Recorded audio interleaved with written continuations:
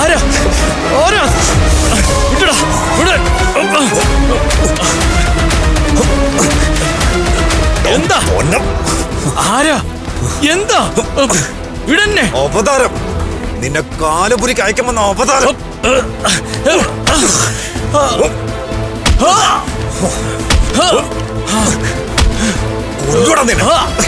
വിടാൻ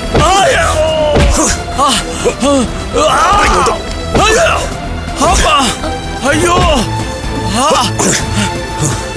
ആരാ ആരാന്ന് നിങ്ങൾ ആരാ എന്തിനാ എന്നെ തല്ലുന്നേ ഹലോ ഞാൻ പറഞ്ഞിടാ അവതാരം നിന്നെ പോലുള്ള പെണ്ണുപിടിയന്മാരെ കാലപുരിക്ക് അയക്കാൻ വന്ന അവതാരം എടോ തരക എന്റെ പെണ്ണ അനക്ക എന്റെ മാത്രം പെണ്ണെ അവളുടെ ഒരു തലമുടി നാരയിൽ നീ തൊട്ടെന്നറിഞ്ഞ ആ നിമിഷം വരും ഞാൻ കൈയെടുക്ക കയറുമായിട്ട് കേട്ടോ ഒന്നം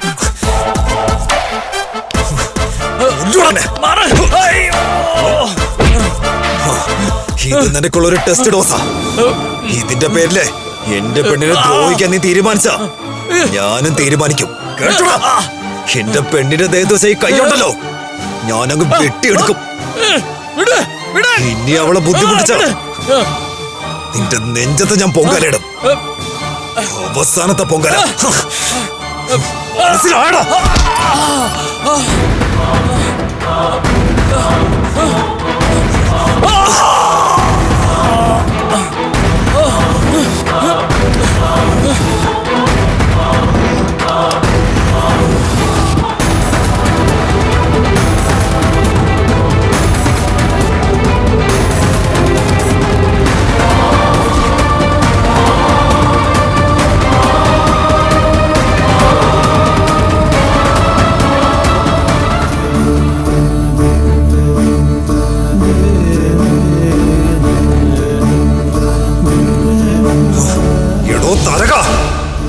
എന്റെ പെണ്ണ അനക്ക എന്റെ മാത്രം പെണ്ണ്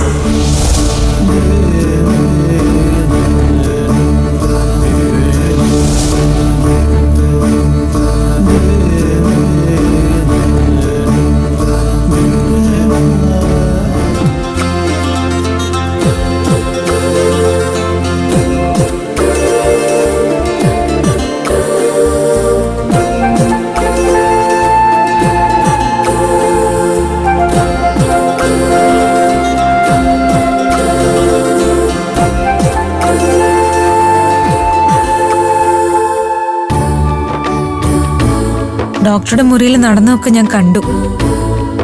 എന്തിനാ അയാളെ പോയി തല്ലിയത്? എന്തിനാ അയാളോട് ഞാൻ തന്റെ പെണ്ണാണെന്നൊക്കെ പറഞ്ഞത്? ഇപ്പോഴും തനിക്ക് വിശ്വാസമായില്ലേ താൻ എന്റെ പെണ്ണാണെന്ന്? ഞാനൊരു പാവോ, വെറുതെ മോഹിപ്പിക്കരുത്. അമ്മയില്ലാത്ത അച്ഛനെ ഉപേക്ഷിച്ചു പോയ 5 പെമ്മക്കളിൽ ഒരാളാ ഞാൻ. അത് മാത്രല്ലേ ഇപ്പൊ നീ എന്റെ പെണ്ണാ നീ. ഇനിയെങ്കിലും നീ മനസ്സിലാക്കണം.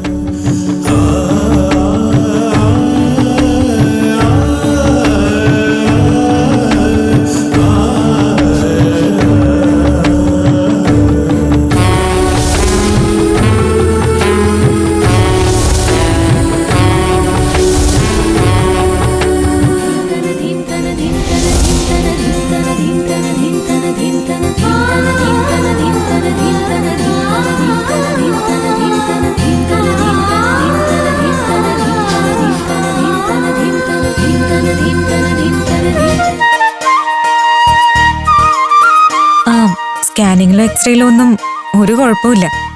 കള്ളത്തരം കാണിച്ച് ഇവിടെ കിടക്കുന്നതാണെന്നേ ഡോക്ടർക്ക് മനസ്സിലായി.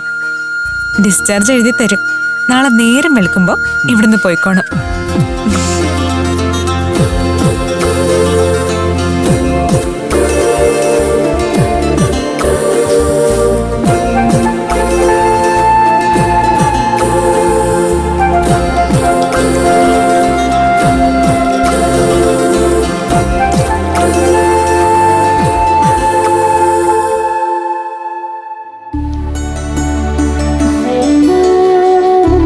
സമയം 9 മണി കഴിഞ്ഞല്ലോ.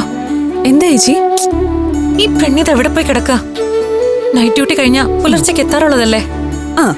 തുടങ്ങി ടെൻഷൻ.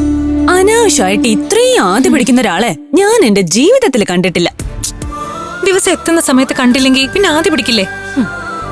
ഫോണിൽ വിളിച്ചിട്ടാണെങ്കിൽ കിട്ടുന്നുമില്ല. എന്തിനാ വിളിക്കുന്നേ? മനുഷ്യരല്ലേ, ഡ്യൂട്ടി കഴിഞ്ഞ് ചിലപ്പോ ഒന്ന് ഉറങ്ങിപ്പോയിട്ടുണ്ടാവും. അല്ലെങ്കിൽ ചേച്ചിക്ക് എന്തെങ്കിലും അത്യാവശ്യത്തിന് ഹോസ്പിറ്റലിൽ നിന്ന് പോയിട്ടുണ്ടാവും. അവൾക്ക് ഞാൻ അറിയാതെ എന്തത്യാവശ്യ? 8 മണിക്ക് വരേണ്ടതാ, മണി ഇപ്പൊ 9:30 കഴിഞ്ഞു. അയ്യോ, 1 മണിക്കൂറല്ലേ താമസിച്ചുള്ളൂ. ഒന്ന് അടങ്ങ്. കൊച്ചുകുട്ടിയൊന്നും അല്ലല്ലോ. അനക്കേച്ചിങ്ങ് വന്നോളൂ. നിനക്ക് അങ്ങനൊക്കെ പറയാം. നേരത്തിനും കാലത്തിനും വന്നില്ലെങ്കിൽ എന്റെ ഉള്ളിൽ തീയ. ഇന്നാ ഇത് പിടിക്ക. ഇതെന്തിനാ? ഇതിൽ ഇത്തിരി വെള്ളം ബാലൻസ് ഉണ്ട്, കുടിച്ചോ. ഉള്ളിലുള്ള തീ കെടും.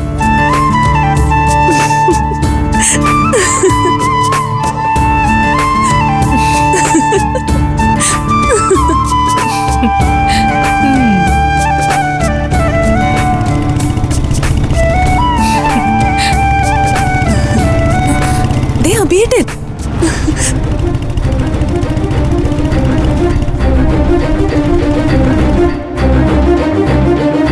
ഒന്നും തിരിഞ്ഞു പോലും നോക്കിയില്ലല്ലോ. അഭിയേട്ടന് വിഷമം ഉണ്ടായിട്ടുണ്ടാവും. ഇനി അമൃതേച്ചി ഫേസ് ചെയ്യാൻ ഒരു ബുദ്ധിമുട്ടും കാണും. അന്ന് സംസാരിച്ചതിന് ശേഷം എന്തോ പിന്നീട് ഇതുവരെ അഭിമന്യു ഇങ്ങോട്ട് വന്നിട്ടില്ല. പുറമേ ഒരു മുരട സ്വഭാവമാണെങ്കിലും ഉള്ളില് നല്ല സ്നേഹവും കരുതലും ഉള്ള ആളാ അഭിയേട്ടൻ. ചേച്ചി തുറന്നു പറഞ്ഞ കാര്യങ്ങള് അഭിയേട്ടനെ നന്നായിട്ട് വേദനിപ്പിച്ചിട്ടുണ്ടാവും. എന്ന് വെച്ച് സത്യം മൂടി വെക്കാൻ കഴിയില്ലല്ലോ മോളെ. എന്തായാലും ചേച്ചി ഒന്ന് വിളിച്ച് സംസാരിക്കുന്നത് നല്ലതാ.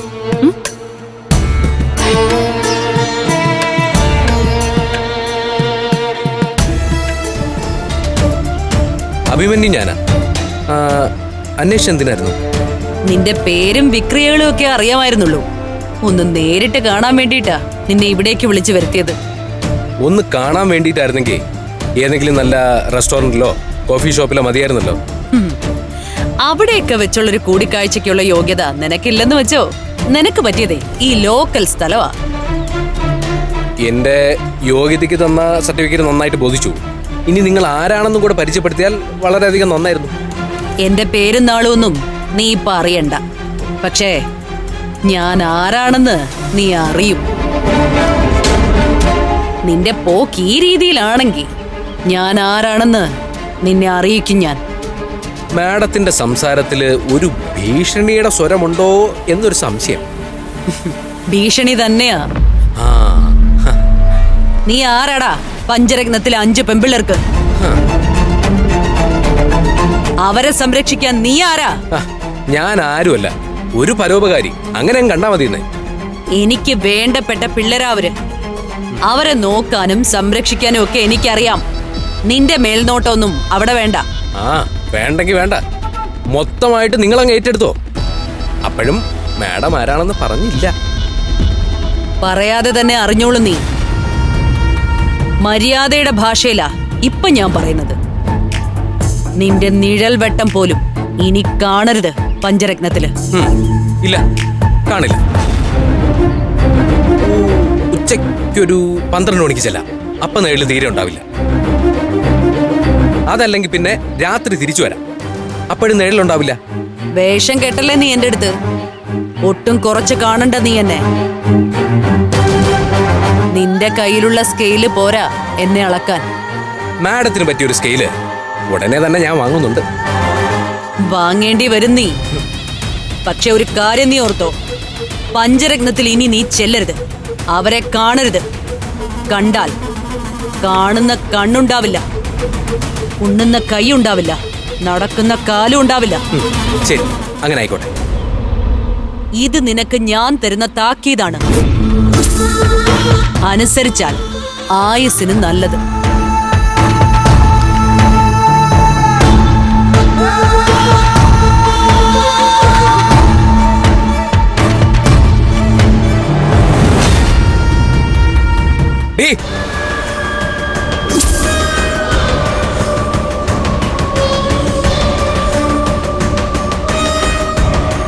ഒന്ന് കാണണം, സംസാരിക്കണമെന്ന് പറഞ്ഞപ്പോ മറ്റൊന്നും ചോദിക്കാതെ നീ പറഞ്ഞെടുത്ത് ഞാൻ വന്നതേ എന്റെ മാന്യത. എന്നെ വ്യക്തമായ കാരണങ്ങളൊന്നും ഇല്ലാതെ ഭീഷണിപ്പെടുത്തി സംസാരിച്ചതിന് നിന്റെ കരണക്കുറ്റി ഞാൻ അടിച്ചു പോകേണ്ടതാ, കേട്ടോടി. പക്ഷേ ഈ കാണുന്ന തൊലി വെളുപ്പിനും പ്രൗഢിക്കും അപ്പുറം തുടക്കത്തിൽ നീ ഈ സ്ഥലത്തെ കുറിച്ച് പറഞ്ഞ പോലെ നീ ഒരു തനി ലോക്കല. ആ നിന്നെ തല്ലിയാലേ എന്റെ കൈ നാറും, ഞാൻ നാണം കെടും. നീ ഏത് ഭൂലം ദേവിയാണെങ്കിലും എനിക്ക് പുല്ല. നീ പറഞ്ഞ പഞ്ചരത്നത്തിലെ ഞാൻ ഇനിയും പോവും. അവരാവശ്യപ്പെട്ടാലേ അവർക്ക് എന്ത് സഹായമാണെങ്കിലും ഞാൻ ചെയ്തു കൊടുക്കും. പറഞ്ഞ പോലെ എന്റെ കണ്ണോ കൈയോ കാലോ എടുത്ത് കാണിക്കുന്നേ. നീ പെണ്ണാണെന്ന് ഞാൻ സമ്മതിക്കാം. ഇനി പൊക്കോ. ഇത്രയും പറഞ്ഞു വിട്ടില്ലായിരുന്നെങ്കിൽ ഇന്നത്തെ എന്റെ ഉറക്കത്തിന് തീരെ ഒരു സുഖം കിട്ടില്ലായിരുന്നു. ഇനി പൊക്കോ. എന്ത് പോണില്ലേ? പൊക്കോ.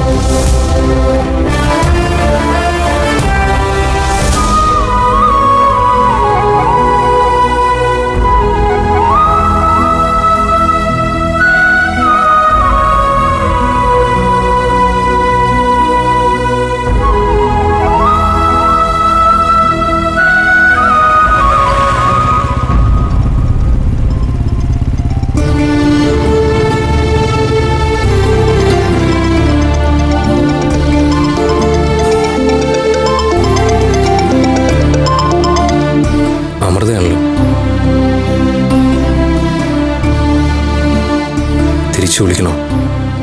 വേണ്ട. ഒന്നുകൂടി വിളിച്ചു നോക്കണോ?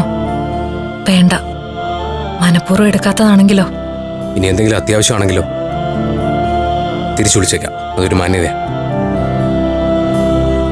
മനസ്സിന്റെ പ്രയാസം കൊണ്ടായിരിക്കും എടുക്കാത്തത്. ഹൃദയത്തിൽ നന്മയുള്ളവരെ എത്ര തവണ വിളിച്ചാലെന്താ? ഒന്നുകൂടി വിളിക്കാം.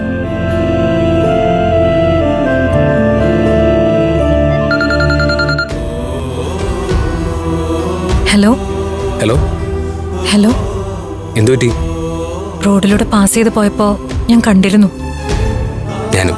പിന്നെന്താ ഒന്ന് നോക്ക പോലും ചെയ്യാത്ത? എന്തോ തോന്നിയില്ല. അതുകൊണ്ടാണോ ആദ്യം എന്റെ ഫോൺ അറ്റൻഡ് ചെയ്യാത്തത്? അല്ല, ഞാൻ ബൈക്ക് ഓടിച്ചോണ്ടിരിക്കുകയായിരുന്നു. ബൈക്ക് നിർത്തി ഫോൺ എടുത്തപ്പോഴേക്കും കോള് കട്ടായി. എന്തിനാ എന്നെ ഇങ്ങനെ അവഗണിക്കുന്നേ? മനസ്സ് തുറന്ന് സംസാരിച്ചതുകൊണ്ടാണോ? ഒരിക്കലുമല്ല. അത് തൻ്റെ ഏറ്റവും നല്ല ക്വാളിറ്റിയാ. പക്ഷേ എനിക്ക് തന്നെ ഫേസ് ചെയ്യാൻ പറ്റുന്നില്ല. മനസ്സിൽ നിന്ന് ഇറങ്ങിപ്പോയിട്ട് വേണ്ടേ നേരിട്ട് കാണാൻ. ഞങ്ങൾ ഒഴിവാക്കരുത് അഭിമന്യു. അനിയത്തിമാരും വലിയ പ്രയാസത്തിലാ. ഒഴിവാക്കാനാണ് ഞാൻ ശ്രമിക്കുന്നത്. അത് ഞാൻ പറഞ്ഞതല്ലേ. പ്രണയനൈരാശ്യം മൂത്ത് കുടിക്കാനും ആത്മഹത്യ ചെയ്യാനും ഞാൻ ദേവദാസും രമണനൊന്നും അല്ലല്ലോ.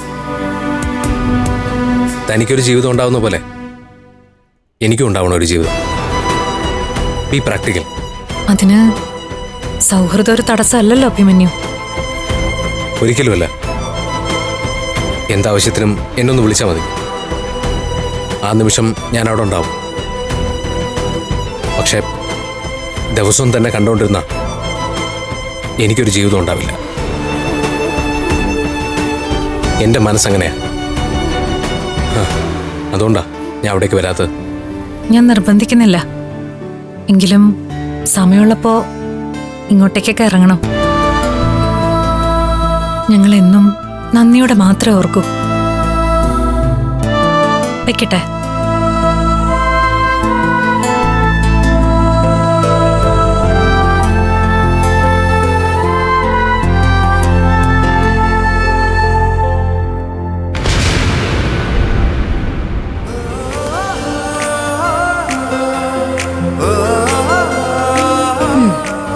അതെ, ഇത്തവണ വന്ന പോലെ കള്ളപ്പനിയും കൊണ്ട് ഇനി ഇങ്ങോട്ട് വന്നേക്കരുത്.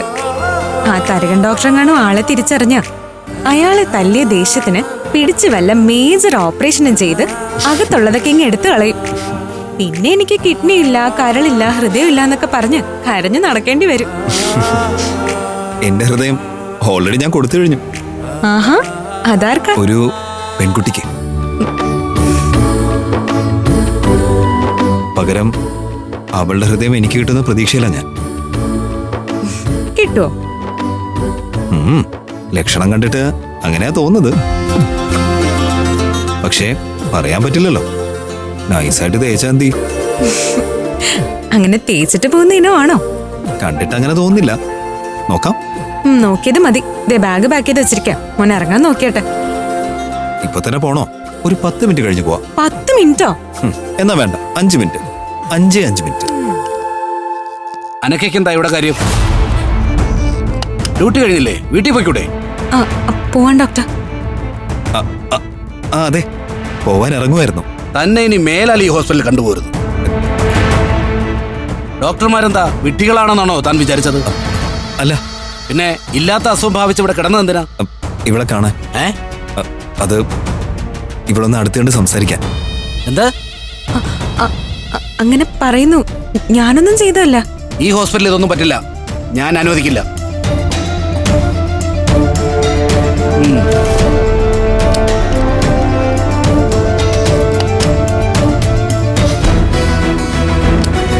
അതെ,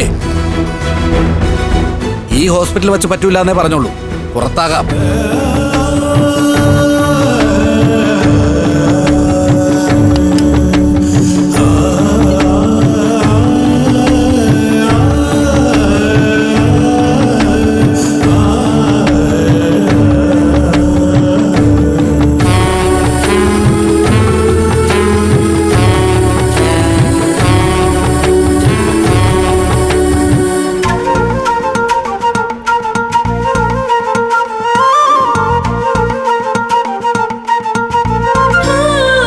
പോട്ടെ.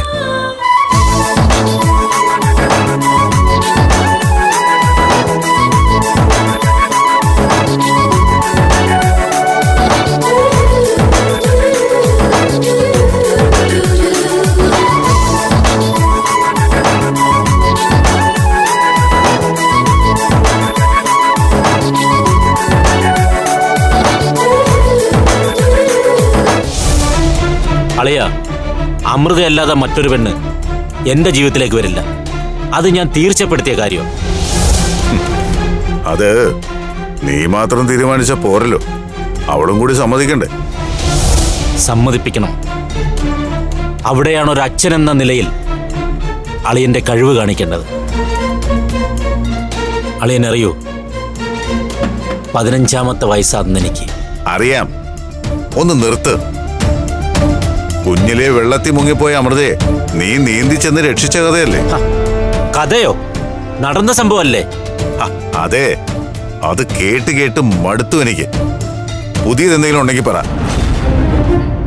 പുതിയതും പഴയതുമായിട്ട് ഒറ്റ കാര്യമേ ഉള്ളൂ. എനിക്കവളെ കല്യാണം കഴിക്കണം.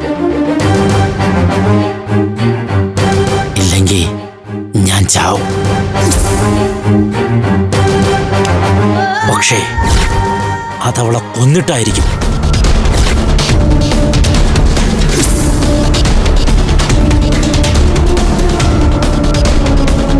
മറ്റൊരുത്തന്റെ കൂടെ ജീവിക്കാൻ ഞാൻ അവളെ സമ്മതിക്കില്ല. അത്രയ്ക്കിഷ്ടം എനിക്ക് അവളെ. നീ ഇപ്പൊ കൊല്ലാനും ചാവാനും ഒന്നും നിൽക്കണ്ട. നിന്റെ കല്യാണം നടന്നാ പോരെ?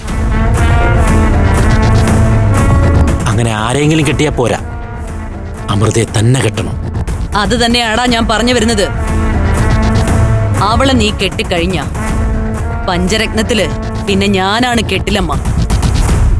നീ അവളെ കെട്ടേണ്ടത് എന്റെ കൂടി ആവശ്യമാണ്. ആങ്ങളെയും പെങ്ങളും കൂടി ഇങ്ങനെ മാറി മാറി ഡയലോഗ് പറഞ്ഞിട്ടൊന്നും കാര്യമില്ല. ഇവനെ കെട്ടാൻ തയ്യാറല്ലാത്ത അവളെ തട്ടിക്കൊണ്ടുവന്ന് ബലമായി താലി കെട്ടാനൊന്നും പറ്റില്ലല്ലോ. വേണ്ടി വന്ന അതും ചെയ്യും ഞാൻ. നീ എന്നെ ഭീഷണിപ്പെടുത്തിയിട്ട് കാര്യമില്ല മഹേന്ദ്ര.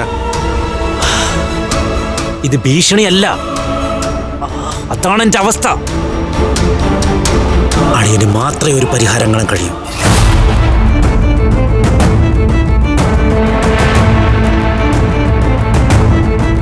എന്തായാലും ചന്ദ്രനൊന്ന് ചെന്ന് നയപരമായിട്ട് സമാധാനത്തിൽ കാര്യങ്ങൾ പറയേ.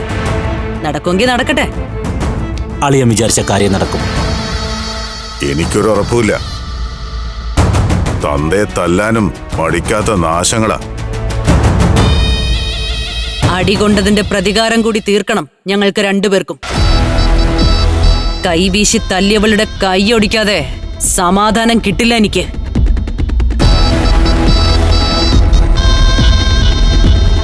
മൂത്തവളുമായിട്ട് ഇവന്റെ കല്യാണം ഒന്ന് നടന്നു കിട്ടട്ടെ.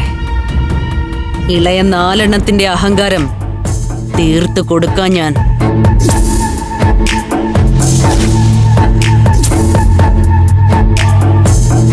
കലാവതിയെ ശരിക്കും അറിയാൻ പോകുന്നതേ ഉള്ളൂ. ചന്ദ്രൻ ചെന്ന് കല്യാണം ആലോചിക്കേ.